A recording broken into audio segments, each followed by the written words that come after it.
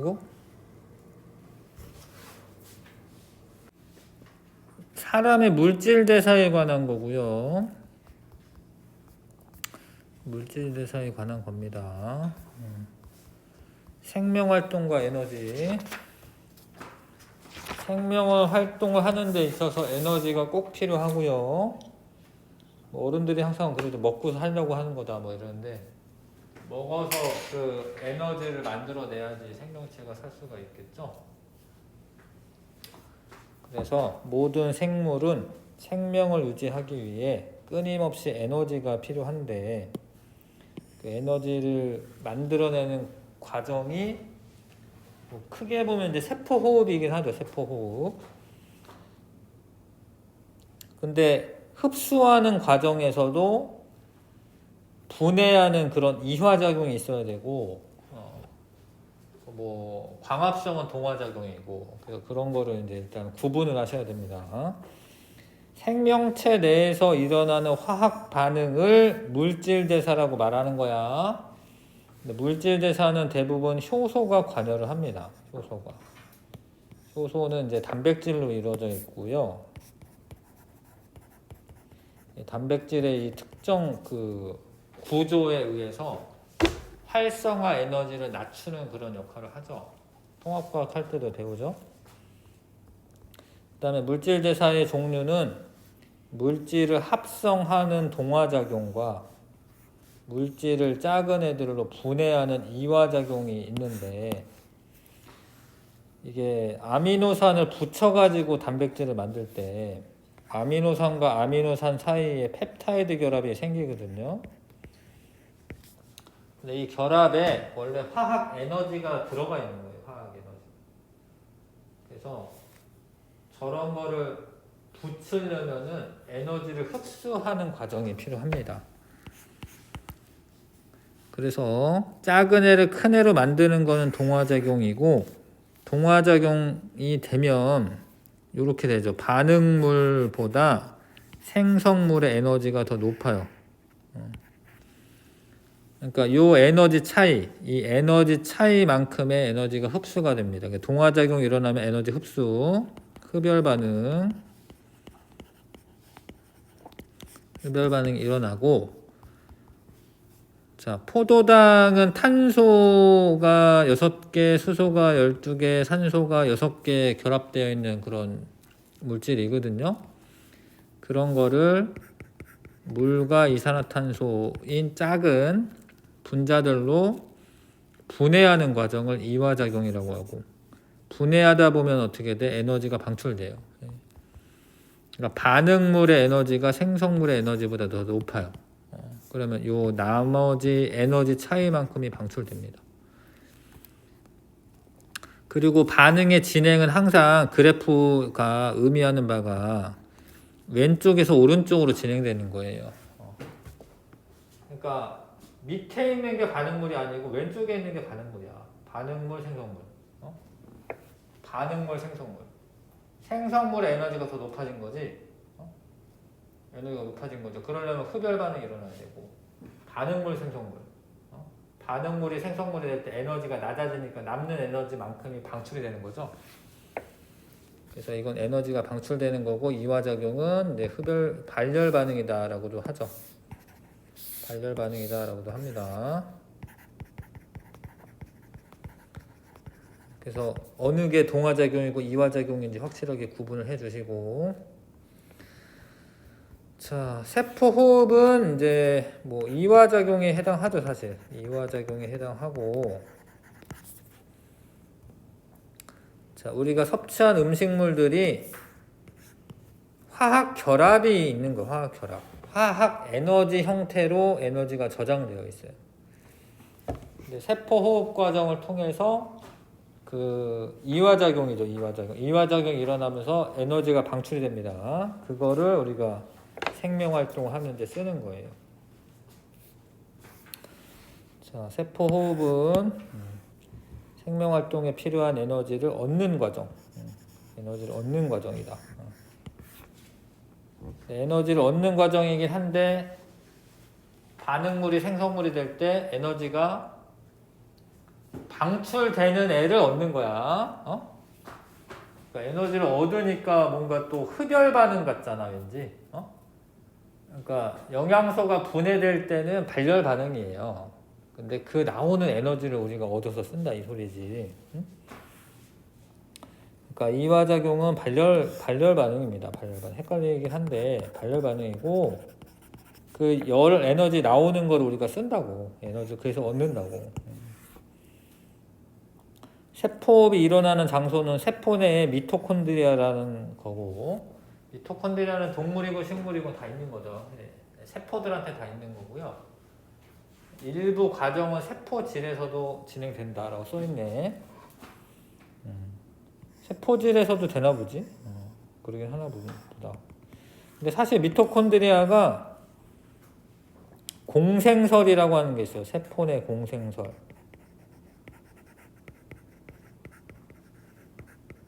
미토콘드리아나 아니면 엽록체나 이런 애들은 세포막이 사실 두 개의 막으로 되어 있거든요. 세포가 이렇게 살다가 미토콘드리아라는 애를 포획을 했다라는 거예요. 이렇게 포획을 해가지고 얘를 쓰면 좋겠네 해서 포획을 해서 미토콘드리아가 이 세포 내에서 살기 시작했다 이런 학설이 있어. 그래서 미토콘드리아는 DNA가 또 따로 있어요. 자기 DNA가 따로 있습니다. 원래 염색체 그 핵의 DNA가 있잖아요. 근데 미토콘드리아 DNA 따로 있습니다. 얘가 그냥 이렇게 뭔가 세포 호흡 잘하는 애가 있었는데 걔를 포획했다는 거예요. 그러니까 세포질에서도 어느 정도 할 수 있는 거지 그 전에는. 그렇죠? 그렇게 이해하시면 될 것 같고. 자, 세포 호흡 과정, 포도당과 같은 애를 분해하는 과정에서 에너지가 방출되는데 그거를 이게 좀 이해를 잘 하셔야 되는데 그걸 가지고 다시 ATP라고 하는 화학 에너지 형태로 다시 또 저장을 해놔요. 화학 에너지로. 그러니까 분해하면 에너지가 나오는데 그 에너지로 ATP를 또 만들어 놓는다 이 소리야. 일종의 사실 충전 같은 거 충전. 그때 쓰기 위한 거예요. 그때 ATP라고 하는 게 있으면은 금방 에너지를 이제 쓸 수가 있어요. 뭐 잔돈으로 바꿔놓는 거나 비슷한 건데 그 다음에 열 에너지는 나머지 방출됩니다. 그러니까 옆에 보면은 여기서 포도당이 분해되면서 에너지가 나와. 근데 그 에너지, 이게 에너지. 에너지를 열 에너지와 ATP는 화학 에너지라고 보셔야 돼요. 화학 에너지. 화학 에너지와 열 에너지로 바꿔놓고, 뭐 열 에너지는 몸을 데우는 데 쓰이기도 하고 여러 가지 쓰이는 거죠. 근데 ATP는 화학 에너지 형태로 바꿔놓는 겁니다. 자, ATP는 밑에 있는데 옆에 거 먼저 하고 하겠습니다. 물질 대사란 생물체 내에서 일어나는 화학 반응이고 대부분 효소가 관여한다. 복잡하고 큰 물질이 간단하고 작은 물질로 분해되는 물질 대사를 분해되는 건 이화작용이라고 하는 겁니다. 동화작용에서 반응물의 에너지는 그러니까 동화작용은 이렇게 작은 애들이 결합을 해서 이제 이렇게 되는 거잖아. 그러려면은 에너지가 더 높아지는 거고 결합이 형성이 되면서 반응물의 에너지는 생성물의 에너지보다 적은 거죠. 생성물의 에너지보다 적은 거죠. 반응물의 에너지는. 자, 이게 헷갈릴 수 있는데 그림을 좀 그려보시면 화학 결합이 형성되면서 에너지가 높아지는 거거든요. 그러니까 반응물이 생성물보다 에너지가 적다. 동물 세포에서 세포 호흡은 주로 미토콘드리아에서 일어난다. 맞고요. 뭐 식물도 마찬가지죠. 물질 대사가 일어날 때 에너지 출입은 일어나지 않는다. 틀리고. 세포 호흡은 동화작용에 해당한다. 뭔가 분해하는 거기 때문에 이화작용이죠. 이화작용. 자, 옆 페이지. 미토콘드리아 이렇게 이중막 구조로 되어 있습니다. 그 다음에 엽록체도 마찬가지로 포획설이라고 하는 게 있어요. 그래서 이 엽록체도 이제 포획이 됐다. 뭐 그렇게 생각하고 있어. 아무튼 엽록체는 이렇게 뭐 그라나 구조라고 해서 이렇게 겹겹이 층층이 쌓여 있는 구조가 있습니다. 이렇게 생긴 거는 엽록체, 이렇게 생긴 건 미토콘드리아야. 생김새도 아셔야 돼. 생김새도. 자, 광합성은 이제 동화작용이죠. 대표적으로 이제 엽록체에서 일어나는데 물 분자와 이산화탄소로 포도당이 더 크거든요. 포도당 탄소 6개, 수소 12개, 산소 6개짜리잖아요. 그러니까 좀 더 큰 애로 만드는데 합성되는데 이때 에너지 흡수됩니다. 물론 빛에너지 형태로 흡수가 되는 거죠. 그 다음에 세포호흡은 이화작용의 대표적인 예로 미토콘드리아에서 일어나는데 포도당을 산소와 반응하여 작은 물 분자와 이산화탄소 분해되는데 이때 에너지가 방출되고 또 방출되는 에너지로 ATP를 만들어 놓고 열에너지는 또 열에너지대로 쓰는 거죠. 공통점 둘 다 효소가 관여하고요. 이거 그냥 되는 거 아니라는 거예요. 미토콘드리아 내에서도 뭐 효소가 있는 거예요. 효소가 있는 건데 이 내에서 효소 있는 거예요. 엽록체 내에 그런 것들이 관여하여서 이제 동화작용과 이화작용이 일어납니다. 근데 ATP의 정체가 뭐냐? 아데노신이라고 하는 분자에 아데닌과 리보스가 붙어 있는 거 아데노신이라고 하고 인산기가 3개가 결합되어 있는 거예요. 아데노신 뭐 트라이포스페이트 뭐 이렇게 될 거야. 아무튼 인산기가 저 T가 의미하는 바는 3개야, 3개. 3개가 결합되는 거야. P 이거 하나하나가 인산기예요.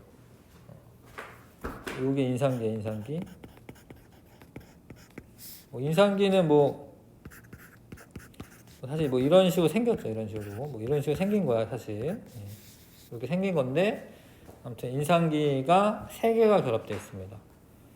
근데 요게 보통 화학결합은 짝대기로 표시하는데 물결로 표시했잖아요. 물결. 요거를 고에너지 인산결합이라고 해. 그러니까 이게 끊어질 때 에너지가 많이 나온다 이 소리야. 인산기는 3개가 붙어 있지만 고에너지 인산결합은 2개가 있는 거예요. 인산기는 3개가 붙어 있는 거고 ATP고 요거는 아데노신 뭐 다이포스페이트 뭐 이렇게 요런 애인데 2개만 붙어 있는 경우는 ADP라고 부릅니다.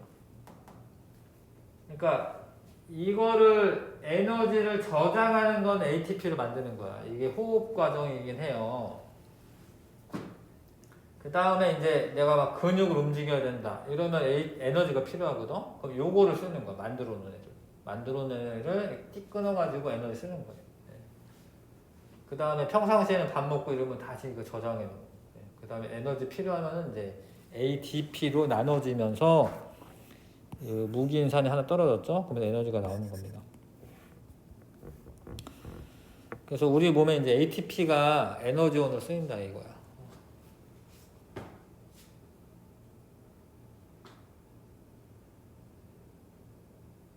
내 생각에는 사실 ATP 주사 같은 게 있지 않을까 생각이 들긴 하는데 그런 걸 한 번도 본 적은 없는데 이게 위험한 물질인가?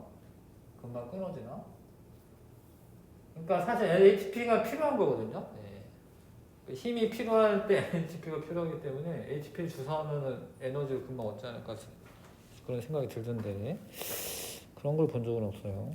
과학이 발달하면 그럴 수도 있을 것 같아. ATP를 직접적으로 주사를 하면 먹으면 소화되니까 먹으면 소화될 거 아니에요. ATP를 주사하면 뭔가 금방 힘이 나고 이러지 않을까 생각이 들긴 하는데 물은 주변에 많이 있잖아요. 그러니까 물이 있다라고 해서 무조건 쓰는 건 아니거든요. 만들자마자 다 되는 건 아니잖아요. 그러니까 이 상태로 있다가 쓰는 거긴 하거든. 필요할 때 쓰는 거긴 하거든요. ATP를 저장해놨다가 근육에. 하여튼 뭐 그런 생각이 들긴 하더라고. 그래서 과정은 아시겠죠? 아무튼 ATP를 만들어 놓고 ADP가 되면서 고에너지 인산결합이 끊어지면서 에너지가 나온다. 자, 저장을 할 때는 ADP에다가 인산을 붙여 놓는 겁니다. 세포호흡에 의해 포도당의 화학에너지 일부는 ATP의 화학에너지로 저장된다. ATP는 여러 형태의 에너지로 전환되어 발성, 정신활동, 체온유지, 근육운동, 생장 등 생명활동에 이용된다. ATP가 엄청 중요한 물질이다. 자, 세포호흡 과정에서 방출되는 에너지 일부는 ATP에 저장을 하는 거고요. 그 다음에 열에너지 형태로 방출됩니다. 세포호흡 과정에서 포도당은 산소랑 반응해서 이산화탄소랑 물, 이산화탄소 쓰면 되겠네. ATP는 아데노신에 3개의 인산기가 결합되어 있는 물질이고 화합물이고 광합성과 세포호흡 모두 효소가 이용되는 것 같고요.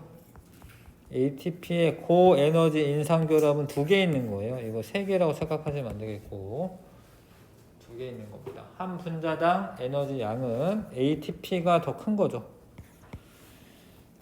ATP가 에너지가 더 큰 거야.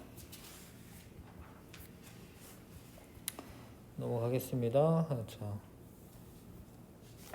그러니까 이때 호흡 과정에서 나오는 에너지를 이용해서 ATP 그 인산기를 붙여서 ATP를 만들어 놓고 필요로 할 때는 이렇게 씁니다. 자, 전체적으로는 다 물질 대사에 관해서 지금 배우고 있는 거고, 이 단어는 물질 대사가 일어난다, 뭐 이런 거 배우는 건데, 효모에 의한 이산화탄소 발생량 비교하기. 효모가 포도당 같은 거를 원료로 해서 효모도 먹고 살아야 되거든요. 포도당 영양분이 필요하고 포도당을 넣고 가만히 냅두면 자기가 이제 그 포도당 세포 호흡을 해가지고요 이산화탄소가 나옵니다. 이거 발효시킬 때 항상 그렇게 되거든요. 호떡 만든다던가 이런 떡 만든다던가 아니면 빵 만든다던가 이럴 때 발효 과정에서 효모가 이산화탄소를 만들어요. 그리고 약간 맨 처음에는 알코올이 만들어집니다. 알코올이. 그래서 시장에서 파는 술빵 이런 거 있어. 그 발효시켜서 만든 빵인데 그 약간 술 맛이 나요. 약간. 그래서 그런 약간 시큼한 맛도 나면서. 아무튼 이거는 이제 포도당 용액은 뭔가 먹이 같은 거고요. 영양분 같은 거고요. 효모액이 있으면은 발효 과정을 통해서 이산화탄소가 생기고요. 근데 어디에 쌓이냐면 이산화탄소가 요 맹관부라고 하는데 이렇게 쌓이는 거예요. 여기 기포가 뽀글뽀글 나와가지고 여기 쌓이는 거예요. 여기가 많이 늘어나면은 많이 한 거지. 그래서 요 중에 지금 A, B, C 중에서는 아마 B가 제일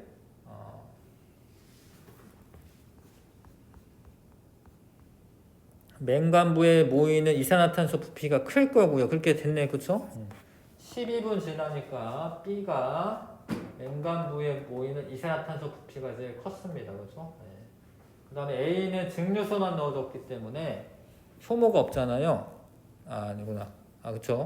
효모가 없잖아요. 그래서 얘는 반응을 안 한 거고. 얘는 이제 농도가 좀 낮아서 포도당이 5%이기 때문에 발효되는 정도가 조금이었네. 그렇게 해석하시면 되고. 자, A는 포도당을 분해할 수 있는 효소가 가진 효모가 없기 때문에 반응이 일어나지 않았다 맞고요. B와 C는 효모가 있기 때문에 효모가 포도당을 이용하여 세포판 결과 이산화탄소가 발생하였다 맞고. 자, B의 포도당 용액의 농도가 더 높기 때문에 이산화탄소 발생량이 많다. 맞네요. 이렇게 해석하시면 되고. 자, 옆에 문제 ATP에 저장된 화학 에너지라고 써야겠네요. 화학 에너지는 다양한 형태의 에너지로 전환되어 여러 생명 활동에 이용된다.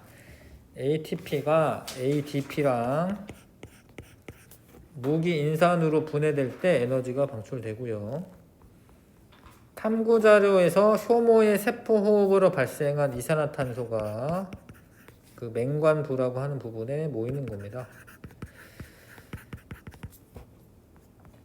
이산화탄소의 부피는 조작 변인이 아니라 이제 결과적으로 나타나는 거는 이제 종속 변인이라고 하는 거예요.